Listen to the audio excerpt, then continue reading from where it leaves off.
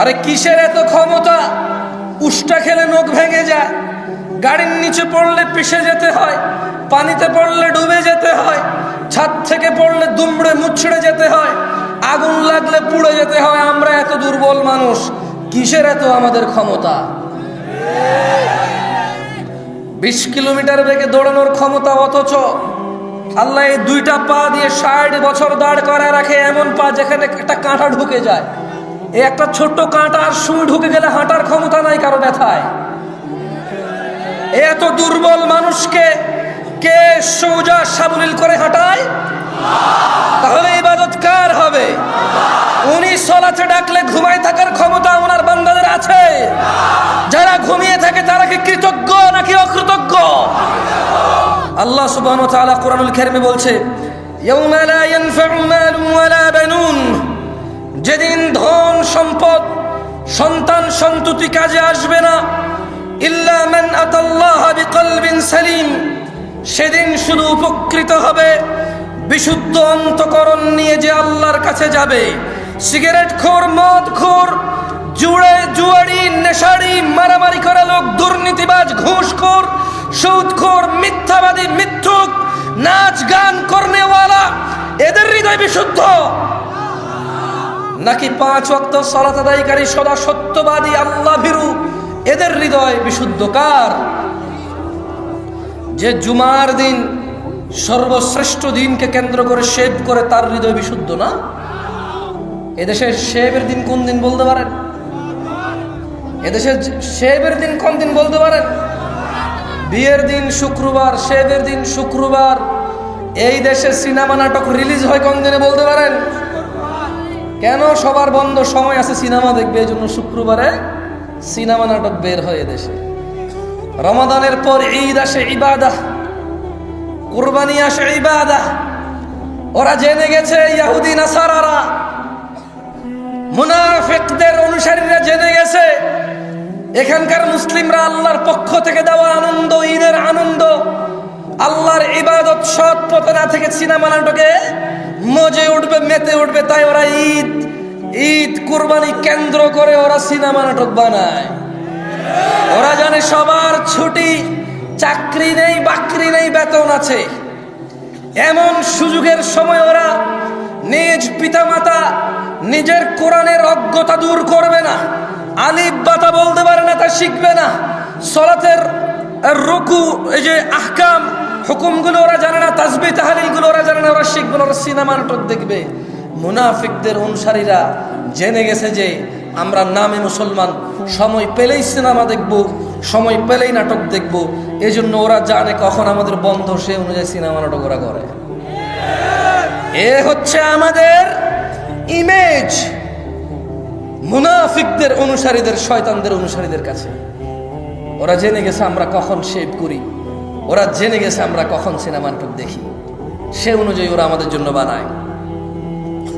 আল্লাহ বলছেন, ইয়াউমা লা ইয়ানফাউ মালুন ওয়ালা বানুন, ও 5 সন্তানের পিতা, ও জজ ব্যারিস্টারের পিতা, ও এমপি মন্ত্রীর পিতা, ও ব্যবসায়ী ধনাঢ্য ধন সম্পদশালীর পিতা, ইয়াউমা লা ইয়ানফা, সেদিন কোন কাজে আসবে না, মালুন ওয়ালা বানুন, সম্পদ এবং সন্তান,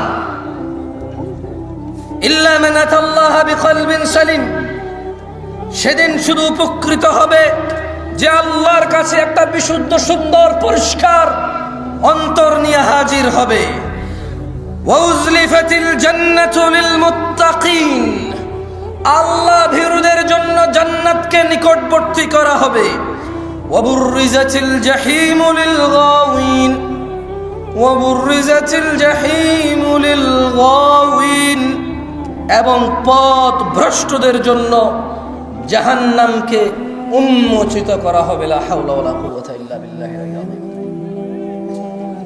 তাহলে পথ ভ্রষ্টের জন্য সেদিন কি করবে আল্লাহ? আপনারা কি শুনেন নাই আমি কি বলছি?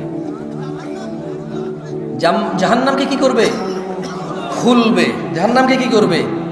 খুলবে, মেলে ধরবে, উন্মোচিত করবে আল্লাহ সুবহানাহু ওয়া তাআলা পথ ভ্রষ্টদের জন্য। ওয়াকিলা লাহুম, এবং ওদের তিনি সুবহানাহু ওয়া তাআলা বলবে আইনামা কুনতুম তা'বুদুন, তারা কোথায় যাদের তোমরা ইবাদত করতে, মিন দুনিল্লাহ, আল্লাহর পরিবর্তে যাদের তোমরা ইবাদত করতে। আল্লাহ তার রাসূল বলেছে ডান হাতে খেতে, তুমি বাম হাতে খাও, কারণ সিনেমার নায়ক বাম হাতে খায়। আল্লাহ নবী সাল্লাল্লাহু আলাইহি সাল্লাম চুল একরকম কাটতে বলেছে, তুমি এটার মধ্যে এমনি উমনি আইকা উইকা ছোট, এখান দিয়ে ওখান দিয়ে বড়, এখান দিয়ে হ্যান এখান দিয়ে তেন, এখান দিয়ে লাল ওখান দিয়ে নীল এখান দিয়ে বেগুনি। কেন তোমাকে রোনালদো রিভালদো বলছে? তোমাকে সিনেমার নায়ক নায়িকা গায়ক গায়িকা বলছে এমনি যদি চুল কাটো তাইলে না তোমার সুন্দর লাগে। তিনি সাল্লাল্লাহু আলাইহি ওয়াসাল্লাম বলেছে ওয়াগফিরুল্লাহ, ও আমার উম্মতরা, দাড়িকে মাফ করে দাও, ক্ষমা করে দাও দাড়িকে। ওয়াফুল্লাহ, দাড়িকে লটকাও, যতটুকু ঝুলে ঝুলাও এটাকে। তুমি বলো সিনেমার নায়ক বলেছে যখন তুমি একেবারে এটাকে শেপ করে ক্লিন করে সিদ্ধ ডিমের মতো হয়ে যাবা তখন তোমার সুন্দর লাগবে। ভাই তোমার কেমন লাগে জানি না, আমি ব্যঙ্গ করে বলছি না। বহু মানুষ দেখছি দাঁড়িয়ে আছে, এরপরে শেভ করার পরে মনে হয় যেন ডিম ছুলে ফেলছে, এরকম লাগছে, আলু ছুলে ফেলছে এরকম লাগে। আমি ব্যঙ্গ করে বলছি না, বললাম আমার এরকম লাগে আর কি। আমার হয়তো এটা আমার প্রবলেম, হয়তো আমার হীন মন মানসিকতা, হয়তো আমার ছোট নিচ মন মানসিকতা। আমি আন্তরিকভাবে ক্ষমা চাচ্ছি আমার এই নিচ মন মানসিকতার জন্য। তবে আমার এমনই মনে হয়, দেখলি তোমার কাছে মনে হয় এখন লাভ দিলে 10 হাত উপরে উঠে যাবার, শেভ করছো, ক্ষমতা বেড়ে গেছে। যে মেয়েরে প্রপোজাল করবা সে মেয়ে আর ফিরাইতে পারবে না। যেখানে চাকরির জন্য সিভি ড্রপ করবা এখন চাকরি হয়ে যাবে তোমার। এখন যদি তুমি কারোর সাথে ঘুষাঘুষি মারামারি লেগে যাও তোমার শক্তি বেড়ে যাবে, তুমি জিতে যাবা। দাড়ি কাটছো এই জন্য, আমার এরকম মনে হয় না। আমার কাছে তোমার সিদ্ধ ডিমের মতো লাগে। আপনি নিজে তো শেভ করেন, ঠিক ঠিক বলছেন। আপনার কাছে কি মনে হয় আপনি ঠিক বেটিক হবে এই জায়গায়? আমি একবারও জিজ্ঞেস করছি ঠিক কিনা, একবারও জিজ্ঞেস করছি। আমি যা বলি তার যদি সত্যায়ন আপনি করতে হয় তাহলে আমি কি এখানে পরীক্ষা দিতে আসছি? মানে আমি বলবো ঠিক কিনা, আপনি বলবেন ঠিক, তারপরে ঠিক হবে, তাহলে আমি কি এখানে আমাকে আনছে কেন? আমাকে আনছে জেনে বুঝে বলার জন্য।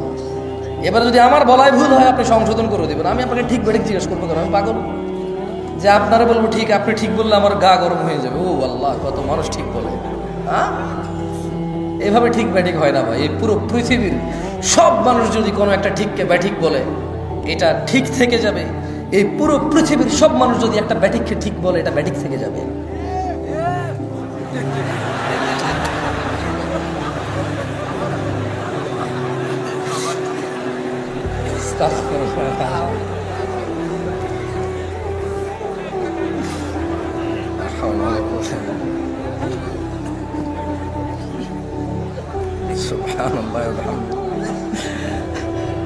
আচ্ছা, আমি 2-3 বার ঠিক কিনা জিজ্ঞেস করবো, আপনারা জবাব দিবেন। তাইলে আশা করি মনের ভিতরে যেটা এতক্ষণ না বলতে পারার কষ্টটা চলে যাবে। ঠিক কিনা, ঠিক কিনা, ঠিক কিনা, কি ঠিক?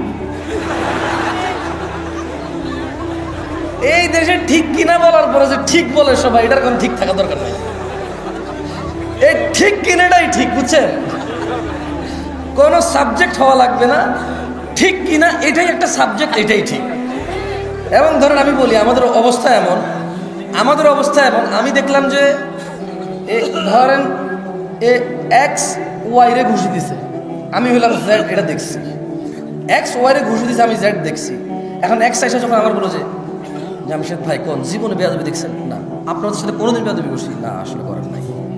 ভাই আমি মারছি? না, আমি তো দেখি নাই। কারণ আমার বিচারক মানছে তো একদম জীবন আমার সাথে বেয়াদবি করে নাই। আপনাদের সামনে জীবনে বেয়াদবি করছি কোনোদিন 2 কথা হয়েছে ভাই? কোন ভাই? এগুলোকে যখন যখন ফুলাই আমার সাক্ষী মানে না আসলে বেয়াদবি কোনোদিন করেন না ভাই আপনি। তো এগুলো হচ্ছে আমাদের মানে একেবারে রক্তে মিশে গেছে জিনিসগুলা। অন্যায় দেখার পরও যখন আমার বিচারক মানা হয় আমি বলি যে না, ছেলেটা তো সম্মান করছে আমার। মানে সিগারেট আল্লাহর সামনে খায়, কার সামনে খায়? আল্লাহর সামনে খায়, এটাতে বেয়াদবি নাই। বলে যে ছেলে খুব ভালো, জীবনও বেয়াদবি করে নাই, মাঝে মধ্যে সিগারেট খায় মনে হয়, আমাকে দেখি ভাবে হাত এইভাবে রেখে দেয় পিছনে, হ্যাঁ মানে আমার সামনে খায় না। এই হলো যে ছেলের আদব, ওনার সামনে খায় না, এই জন্য ছেলের আদব। আল্লাহর সামনে খায় কোনো সমস্যা নাই। আল্লাহ আমাদেরকে বসে তৌফিক দান করে। যাই হোক, শোনো ছোট ভাই আমার, তোমাদের সামান্য কিছু নসিহত করে চলে যাব। আমার প্রাণ প্রিয় দিনী ভাই, আল্লাহ সুবহানাহু ওয়া তাআলা আমাদের সৃষ্টি করেছেন সুন্দরতম অবয়বে, এবং তিনি যেভাবে চেয়েছেন ঠিক সেভাবেই তিনি আমাদের সৃষ্টি করেছেন। যেমনটা তিনি কোরআনুল কারীমে বলেন, হুয়াল্লাযী ইউসাউবিরুকুম ফিল আরহামি কাইফা ইয়াশা, তিনি মাতৃগর্ভে যেভাবে ইচ্ছা তোমাদের আকৃতি গঠন করেন। আমাদের আকৃতি কে গঠন করেছে? বিয়ে শাদী, অমুক মেয়ে সুন্দরী, অমুক ছেলে সুন্দর, এই জন্য তোমার সময় আসার অপেক্ষা না করে জেনা ব্যভিচারে লিপ্ত হয়ে, দাঙ্গা ফাসাদে লিপ্ত হয়ে যেও না। তিনি সুবহানাহু ওয়া তাআলা যেভাবে খুশি, উনি যেটা ইচ্ছা করেছেন, পছন্দ করেছেন, এভাবেই তিনি মেয়ে অথবা ছেলে, তোমাকে অথবা তোমার বোনকে, তোমাকে অথবা তোমার স্ত্রীকে, তোমার বাবা অথবা তোমার মাকে সৃষ্টি করেছেন, যেভাবে তিনি ইচ্ছা করেছেন।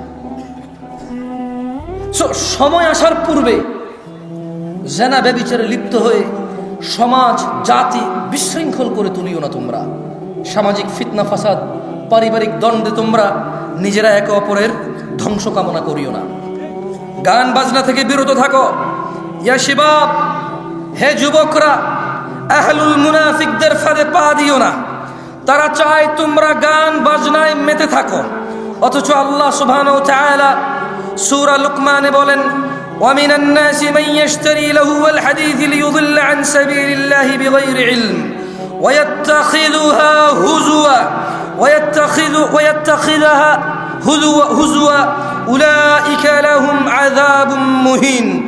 আর মানুষের মধ্যে কেউ কেউ আল্লাহর পথ থেকে বিচ্যুত করার জন্য অসার বাক্য কিনে নেয় জ্ঞান ছাড়াই, এবং আল্লাহর দেখানো পথ নিয়ে ঠাট্টা বিরূপে মেতে ওঠে।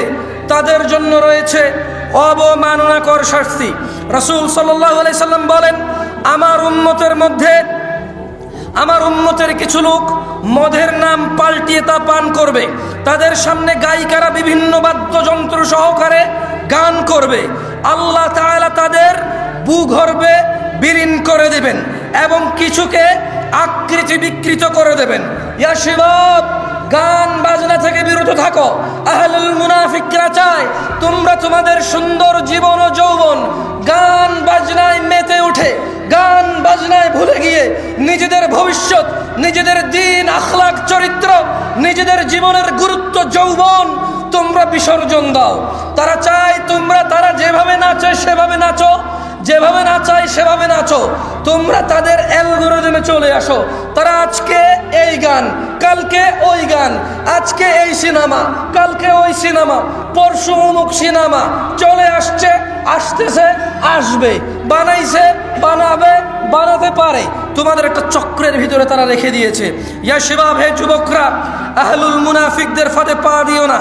তারা চায় তোমরা নেশায় মত্ত হয়ে তোমরা তোমাদের জীবনটাকে জাহান্নামের দিকে ঠেলে দাও।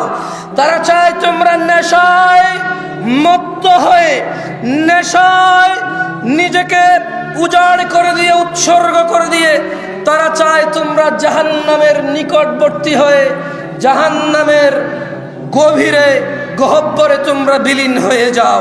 তারা চায় তোমরা শয়তানের ফাঁদে পা দাও, তোমরা আল্লাহ দ্রোহিতায় মেতে ওঠো। তারা চায় তোমরা নেশা করে আল্লাহ তার রাসূলের দ্রোহিতায় মেতে ওঠো, অথচ আল্লাহ সুবহানাহু ওয়া তাআলা চায় তোমরা সফল হও, সফলতার দিকে আসো। তিনি সুবহানাহু ওয়া তাআলা বলেন, ইয়া আইয়ুহাল্লাযীনা আমানু, হে তোমরা যারা ঈমান এনেছো। কারা কারা আমরা ঈমান এনেছি রবের প্রতি? তাকবীর! ঈমান এনেছি কারা কারা? কার প্রতি ঈমান আনছি?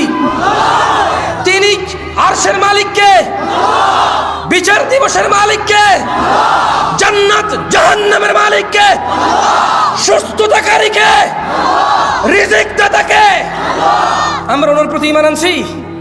তিনি বলছেন, ইয়া আইয়ুহাল্লাযীনা আমানু, তাহলে আমাদেরকেই বলছেন, যারা আমরা ঈমান আনছি সবাইকে বলেন যে বেঈমান, মুশরিক, কাফের ওকে বলেনি, তিনি সুবহানাহু ওয়া তাআলা আমাকে, আপনাকে, আমরা যারা ঈমান এনেছি ওদেরকে বলছেন যে ইন্নামাল খামরু ওয়াল মাইসির ওয়াল আনসাবু ওয়াল আজলামু রিজসুম মিন আমালিশ শাইতান ইয়া আইয়ুহাল্লাযিনা আমানু ফাজতানিবু। হে তোমরা যারা ঈমান এনেছো, নিশ্চয়ই মদ, জুয়া, মূর্তি পূজার বেদী ও ভাগ্য নির্ণয় করা তো কেবল ঘৃণার বস্তু, শয়তানের কাজ। ফাজতানিবু, তোমরা এটা থেকে বিরত থাকো, তোমরা এটা বর্জন করো। ফাজতানিবু লাআল্লাকুম তুফলিহুন, মদ, জুয়া এগুলো তোমরা বর্জন করো, লাআল্লাকুম তুফলিহুন, যাতে তোমরা সফল হও। মুনাফিকরা চায় মদ, জুয়া, খেলাধুলা, হাসি তামাশায় আমরা আমাদের জীবনটাকে বিলিয়ে দেই, উৎসর্গ করে দেই। জাহান্নামের অধল নিচে আমরা নিজেদেরকে কি বলে এটাকে, মানে আমরা জাহান্নামের নিম্ন পর্যায়ে পৌঁছে যাই। এটা হচ্ছে মুনাফিকদের চাহিদা। গান বাজনা, নেশা, জুয়া এগুলো দিয়ে আমাদের কি করবে? মোবাইলে জুয়া খেলা যায় কিনা? এখন খেলা তোমরা কেউ কে হ্যাঁ বলছো না? আপনি কিছু বলবেন না, ঠিক আছে? রাসূল সাল্লাল্লাহু আলাইহি সাল্লাম বলেছেন, আমার উম্মতের মধ্যে এমন অনেক সম্প্রদায় হবে। কি হবে? একটু আমার সাথে বলিয়েন। রাসূল সাল্লাল্লাহু আলাইহি সাল্লাম বলেছে, আমার উম্মতের মধ্যে অনেক সম্প্রদায় হবে। কি হবে? যারা জিনা, ব্যভিচার, রেশমি কাপড় ব্যবহার, মদ, পান ও গান বাদ্যকে হালাল করে নেবে। কি কি হালাল করবে? মদ, জুয়া, কি মদ, জুয়া এবং জিনা, ব্যভিচার। বলেন জিনা, ব্যভিচার, এগুলোকে হালাল করে নেবে। যেমন আজকের দিনে কোনো ছেলে যদি পার্কে, আজকের দিনে কোনো মেয়ে ছেলে যদি পার্কে হাত ধরে হাঁটে, ওরা কি এটাকে জিনা মনে করে? আজকের দিনে কোনো ছেলে মেয়ে বিবাহ করেনি, ভিডিও কলে কথা বলে, ওরা কি এটাকে জিনা মনে করে? ওরা ভাবে আমরা তো উলঙ্গ হইনি, আমরা তো দুইজন উলঙ্গ হইনি, দুইজন আমরা কোনো গোপন সম্পর্কে জড়িত হইনি। ওরা মনে করে শুধু দৈহিক মিলনই হচ্ছে জিনা, এর বাহিরে আর জিনা নাই, এটা ওরা বলে। এই জন্য আপনি দেখবেন কিছু ছেলে প্রশ্ন করবে, হুজুরদের কাছে করে। আমি তো আসলে বড় আলেম না, অনেক আলেমের কাছে প্রশ্ন যায় যে আমি আর হারাম করতে ইচ্ছুক নই, আমি হারামকে হালাল করতে চাই। ও কি করতে চায়? মানে মনে হয় যেন শুকরকে হালাল করে ফেলবে, এখন কুকুর হালাল করে ফেলবে, যেমন সুদকে হালাল করছে এরা। নিয়েন না, মনে কষ্ট নিয়েন না, লজ্জা পাইয়েন না। এই তোমাদের যে ক্যামেরাগুলো তোমরা এখন ঘুরাবা না, কেমন? একদম যেভাবে সেভাবে স্টিল থাকুক। আমি কাউকে লজ্জা দিতে চাই না। যাদের হাতে মোবাইল আছে বন্ধ করে দাও, 2 মিনিটের জন্য আবার তোমরা চালু করি, আমি একটা পরীক্ষা নেব। যাদের হাতে মোবাইল আছে তোমরা বন্ধ করে দাও। যেগুলো চলতেছে এগুলো তো কাউকে দেখা যাচ্ছে না। আমি যে প্রশ্ন করবো, স্টেজের আশেপাশে আপনারা কেউ হাত তুলিয়েন না, কেমন? কারণ এই ক্যামেরায় চলে আসবে তো। আমি চাই না আমার কোনো মুসলমান ভাইকে আমি অপমান করি, এটা আমি চাই না। আমি চাই না ওর সম্মান নিলামে উঠে যাক, ফেসবুক উঠে যাক, ইউটিউব উঠে যাক, এটা আমি চাই না। আমি চাই ইসলাহ, সংশোধন। আমি কি চাই? সংশোধন। আমি একটা প্রশ্ন করব, আপনারা সত্যি জবাব দিবেন আমাকে, কথা দেন। লজ্জার কিছু নেই, কেউ কারোর দিকে তাকাবেন না, কেমন? এখন আমি আপনাদের একটা প্রশ্ন করব, আপনারা জবাব দিন, এবং কেউ কারো দিকে তাকায়েন না। এটা দুষ্টামের কিছু না, এটা আফসোসের কিছু, এটা লজ্জাস্কর কিছু। এটা মানে মাথা নত হয়ে নাকে খত দেওয়ার চাইতে বেশি লজ্জাস্কর কিছু আমি জিজ্ঞেস করব। এটা আফসোস, আফসোসের কিছু, হাসি তামাশার কিছু হবে না। তবে আমি অনুরোধ করবো, কেউ কারো দিকে তাকাবেন না, কেউ কারো দিকে ক্যামেরা করবেন না, সত্যি করে জবাব দিবেন। আমি শুধু ইসলাহের জন্য জিজ্ঞেস করতেছি, যারা যারা আজকে ঈশান নামাজ পড়েন নাই এখনো, রাতের বাজে 11:30, যারা যারা আজকে ঈশান নামাজ এখনো পড়েন নাই, তারা হাত তোলেন। কেউ কারো দিকে তাকায়েন না, কেউ কারো দিকে তাকায় না, সবাই নিচের দিকে তাকান। নামান ওয়াল্লাহি, যা আমি দেখছি, আমি এই স্টেজ থেকে যা দেখছি, এরা যা দেখছে, তা যদি আপনারা সামনের যারা আছেন দেখতেন, লজ্জায় মাথা নত হয়ে যেত। এ হচ্ছে আমাদের ইসলাম, এ হচ্ছে আমাদের ইসলাম। বাবার লজ্জা করে না তার ছেলে বেনামাজি, শ্বশুরের লজ্জা করে না তার মেয়ের জামাই বেনামাজি, মেয়ের জামাই লজ্জা করে না শ্বশুর বেনামাজি, বড় ভাইয়ের লজ্জা করে না ছোট ভাই বেনামাজি, ছোট ভাইয়ের লজ্জা করে না বড় ভাইয়ের সামনে বেনামাজি। সমাজের চেয়ারম্যান মেম্বার নামাজ চলা অবস্থায় তার জনগণের সামনে সে বেনামাজি অবস্থায় বসে থাকে, অথচ সে জনপ্রতিনিধি। বিচারকের লজ্জা করে না ওই সম্মানজনক জায়গা থেকে সে বেনামাজি। বিবাহের মধ্যে দোষের মধ্যে আসে না যে ছেলে নামাজ পড়ে না, এখানে বিবাহ দেওয়া যাবে না, এটা দোষের মধ্যে পড়ে না। এদেশে ব্যবসা বাণিজ্যের পার্টনারশিপ করার জন্য, চাকরি বাকরি করার জন্য সলাতি ছেলেকে গুরুত্ব দেওয়া হয় না, কারণ এদেশের মানুষ বলে বোরখার ভিতরে শয়তান বেশি, নামাজেরই বেশি কেন। ও নিজে নামাজ আদায় করে না তো এই জন্য এটা বলে, অথচ ও জানে না খারাপ আমরা সবাই মুশরিক ও গুনাহগার। খারাপ আমরা সবাই মুশরিক ও গুনাহগার, এটা এক বিষয়, আর মুসলিম ও গুনাহগার এটা আরেক বিষয়। ওকে আমরা বাংলা ভাষায় বয়ান করে বুঝাইতে এখন পর্যন্ত সক্ষম হইনি। গুনাহগার মুসলমান আর গুনাহগার মুশরিক দুটার মধ্যে আসমান জমিনের পার্থক্য আছে। গুনাহগার মুসলমান আল্লাহ শাস্তি দিবে অথবা শাস্তি দিবে না, ক্ষমা করবে, কার ইচ্ছা? আল্লাহর ইচ্ছা। জান্নাতে যাবে, শাস্তি পেয়ে হলেও যাবে। আর বেঈমান গুনাহগার, কাফের গুনাহগার, মুশরিক গুনাহগার, ওর জান্নাতে যাওয়ার কোনো অবকাশ নেই। সলাত, নামাজ যে মধ্যখানের অন্তরায়, নামাজ যে মধ্যখানের অন্তরায়, এটা ওকে আমরা বুঝাইতে ব্যর্থ হয়েছি। ও সলাতকে সাপ্তাহিক অনুষ্ঠানে পরিণত করেছে। ও পাঁচতলা মসজিদ এজন্য করেছে কারণ জুমায় জায়গা দেওয়া যায় না, ফজরের জন্য করেনি। ধিক্কার এমন পরিকল্পনাকারীর উপর। আমি জামশেদ মজুমদার বলি, সেই মনীয় লজ্জা পাও তুমি। আমি ব্যক্তিগতভাবে বলি, লজ্জা পাওয়া উচিত তোমার। পাঁচতলা মসজিদ তুমি ফজর, জোহর, আসর, মাগরিব, ইশা 5 ওয়াক্ত নামাজের পরিকল্পনা করে করনি, শুধু জুমার নামাজকে পরিকল্পনা করে করেছ। তুমি সলাতুল জুমাকে সাপ্তাহিক অনুষ্ঠান রীতির আওয়াজে পরিণত করেছো। তুমি সলাতকে সপ্তাহের এক ওয়াক্তে গিয়ে ঠেকিয়েছো। সলাত মুসলমান ও কাফেরের মধ্যে পার্থক্য বুঝাইতে অক্ষম হয়েছে তুমি। মসজিদের সভাপতি তুমি নিজেই তো সলাত আদায় করো না। সত্যি কথা বলেন, যারা নামাজ পড়েন নাই তারা তো পড়েন নাই, যারা নামাজ পড়েন তারা একটু হাত তোলেন তো, পড়েন সবসময়। আচ্ছা বলেন তো, টাইলস কি আপনার জন্য জরুরি নামাজ পড়ার জন্য? Fan, AC? যারা সলাত আদায় করে এত দরকার না, মানে হইলে ভালো, গরম লাগে, ফ্যান চললে বাতাস লাগবে, নাহলে ঘামা যাবে একটু কিছু। কার্পেট হলে ভালো, নাহলে ওই যে সিরামিক শক্ত অথবা ফ্লোর শক্ত, হাঁটু অথবা ওই যে পায়ের, এটাকে কি বলে ভাই, পায়ের যে জায়গাটার নাম কি বলে? সরি, টাকনু। তো টাকনু, এই হাড্ডিটা নাহলে কালো হয়ে যাবে ফ্লোর, এই তো একটু ব্যথা লাগবে, দীর্ঘদিন নামাজ পড়লে আস্তে আস্তে কালো হয়ে যাবে এটা, ওই চাপ খেয়ে, এই তো আর কি। কার্পেট দিলে একটু আরাম লাগে। সলাত আদায়কারী কি কার্পেটের অপেক্ষা করে? ফ্যানের অপেক্ষা করে? শীত গরম বোঝে না। কার জন্য এই সুন্দর, না কার জন্য এই সুন্দর সুন্দর মসজিদগুলো বানিয়ে রাখেন? শুধু জুমার সালাত আদায় করার জন্য।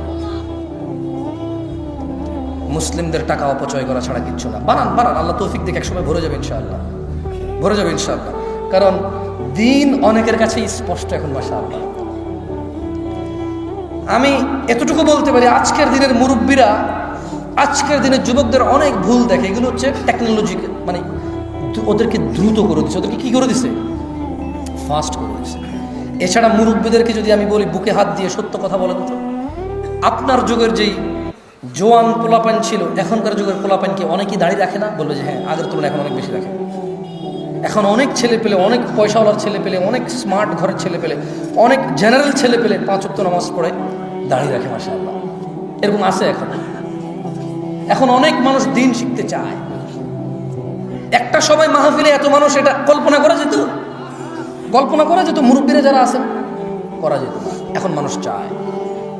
আমি আমার বক্তব্য 33 হয়ে গেছে, যেহেতু আপনারা বিরক্ত হন নাই, আমি আর 7 থেকে 8 মিনিট কথা বলে যাব।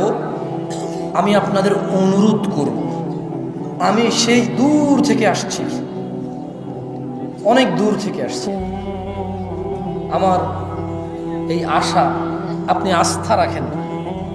আমি আল্লাহর কাছে অতটুকু কামনা করি, আমি আল্লাহর কাছে বলি যে ইয়া আল্লাহ, যেহেতু আমি যদি কাউকে কিছু শিখাই, সে যদি আমার থেকে শিখে এটা আমল করে, সে যতটুকু পাবে তার থেকে কমবে না, আমাকে তুমি অতটুকু দিবা।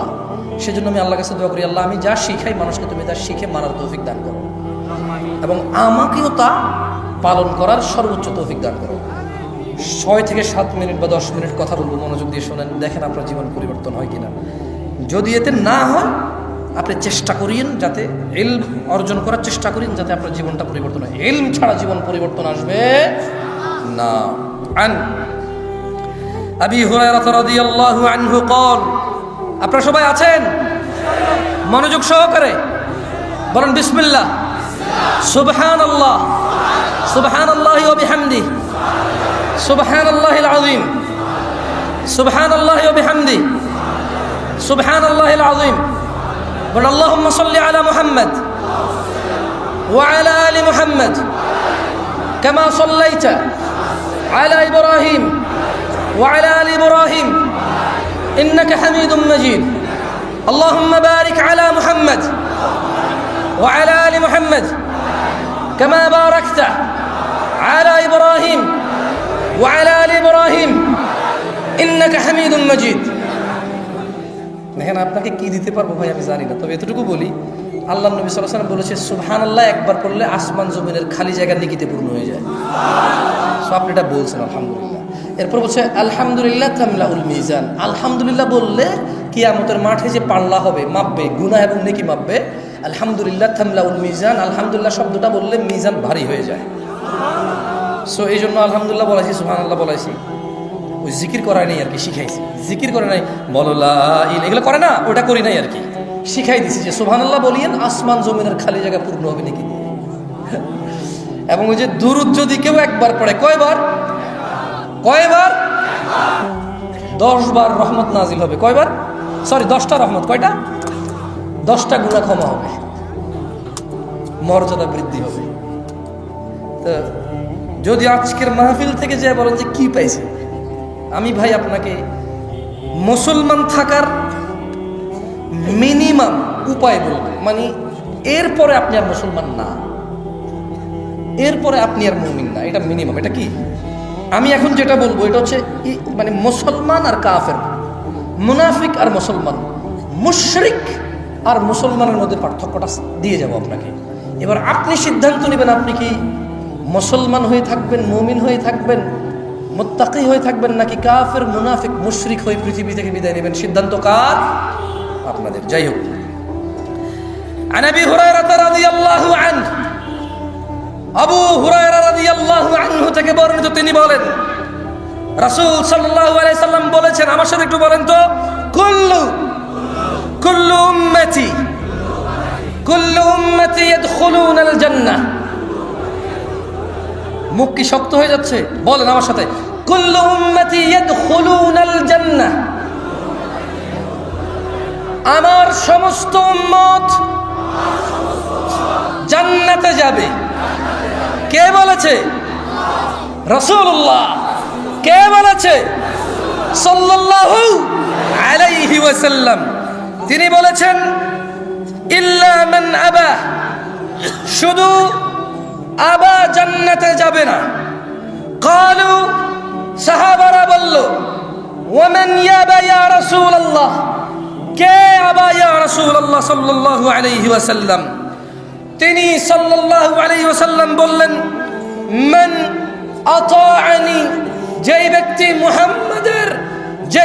মুহাম্মদ সাল্লাল্লাহু আলাইহি সাল্লামের অনুসরণ করে, দাখালাল জান্নাহ, সে জান্নাতে যাবে।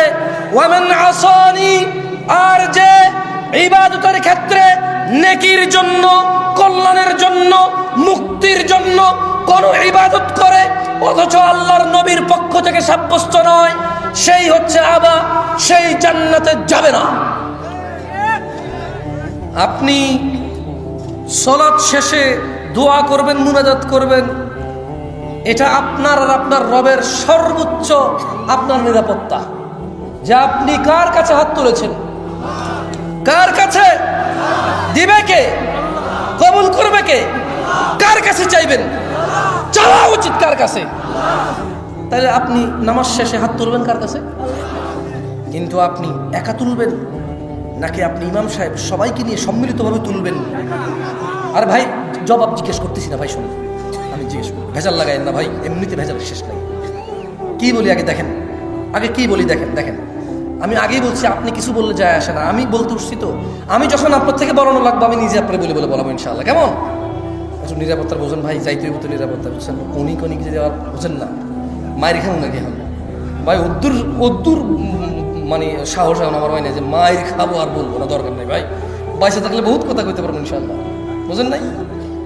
তো আমি ইমাম সাহেবকে বলবো, ইমাম সাহেব। আমি এলাকার মান্যগণ্য মানুষকে বলবো, মান্যগণ্য সাহেব। আমি এলাকার দিন প্রিয়, ইসলাম প্রিয় ভাইকে বলবো, ভাই সলা ইবাদা, দোয়া ইবাদা। সলাৎ শেষে আপনি নিজে দোয়া করবেন নাকি সবাইকে নিয়ে দোয়া করবেন, এটা হাদিস থেকে সলভ করেন। এটা আমি বলতে সহিহ সুন্নাহ দিয়ে এটা সলিউশন করে ফেলেন। আপনি সিদ্ধান্ত দিবেন তো, আল্লাহ আপনাকে স্বাধীনতা দিয়েছেন। আল্লাহ বলেছে, ইন্না হাযিহি তাযকিরা, এই কোরআনুল কারীম হচ্ছে উপদেশ। ফামান শাআ আত্তাখাযা ইলা রাব্বিহি সাবিলা, তোমাদের মধ্যে যার খুশি, স্বাধীন আছো, এটাকে অবলম্বন করবা। যে এটা অবলম্বন করবা সফল হবা, যে অবলম্বন করবা না, আজকে তোমার খুশি চলবে কিন্তু বিচার জীবনে কার খুশি চলবে? বিচার দিবস এই শুধু এটা মাথায় রেখে কাজ করিয়েন।